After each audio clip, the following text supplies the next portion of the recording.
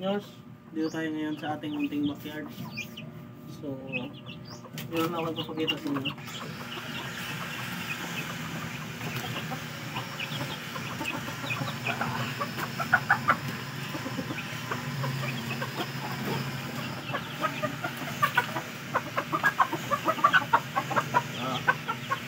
Guys, ito yung ating asil siamo. Ito ang laki, oh.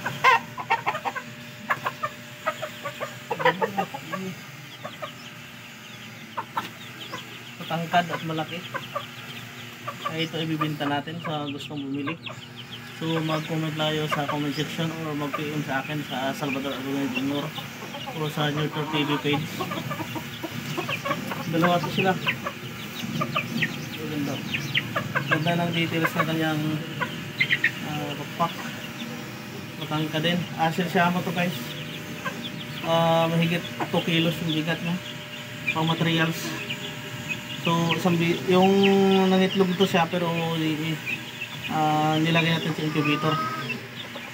Yan, makikita naman natin sa puwitan niya mayroong pag bumubukol dito. Ito ay palatandaan na nangitlog na siya. Sobrang bigat, solid yung bigat, oh.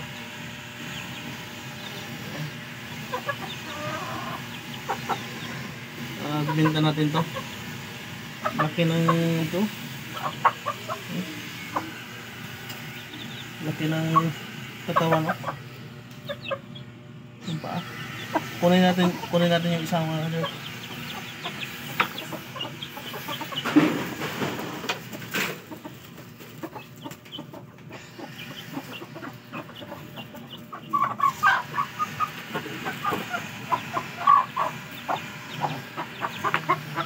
ito yung isa kanors.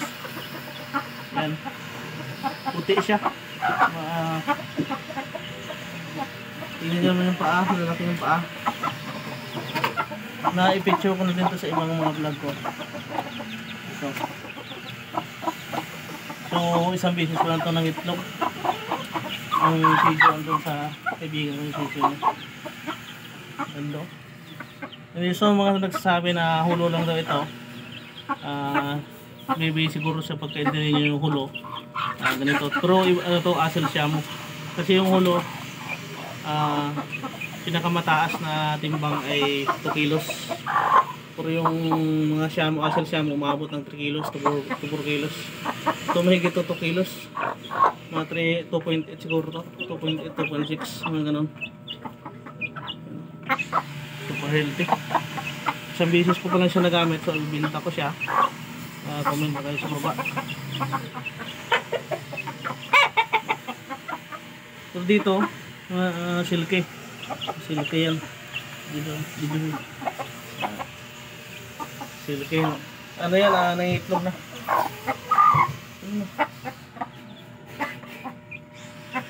Ano, pula-pula yung mukha, oh.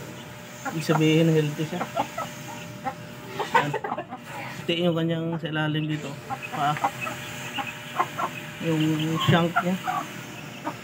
Pero parang lalaki to na klase na manok kasi, oh, meron siyang spare or meron siyang tahid. Available dito guys, so comment lang kayo. Pwede tayo magpadala, mag-ship. So Manila, Cebu, Masbate, or even Batayan, Cebu, or even dito sa part ng Panay, magsiship po tayo through sa bangka, sa van, or sa bus. Sa Manila naman pwede tayo magpadala. Meron akong pinapadalhan na mura lang kasi kung mag-aeroplano tayo maabot ng 3,000 to 4,000 per box. So lugi tayo sa shipping.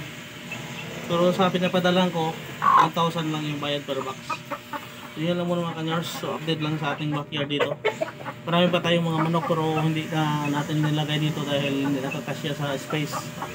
So yung dinadala natin dito yung mga pinapatining natin at kinokondisyon para sa pagbenta. So maraming salamat. See you on the next vlog.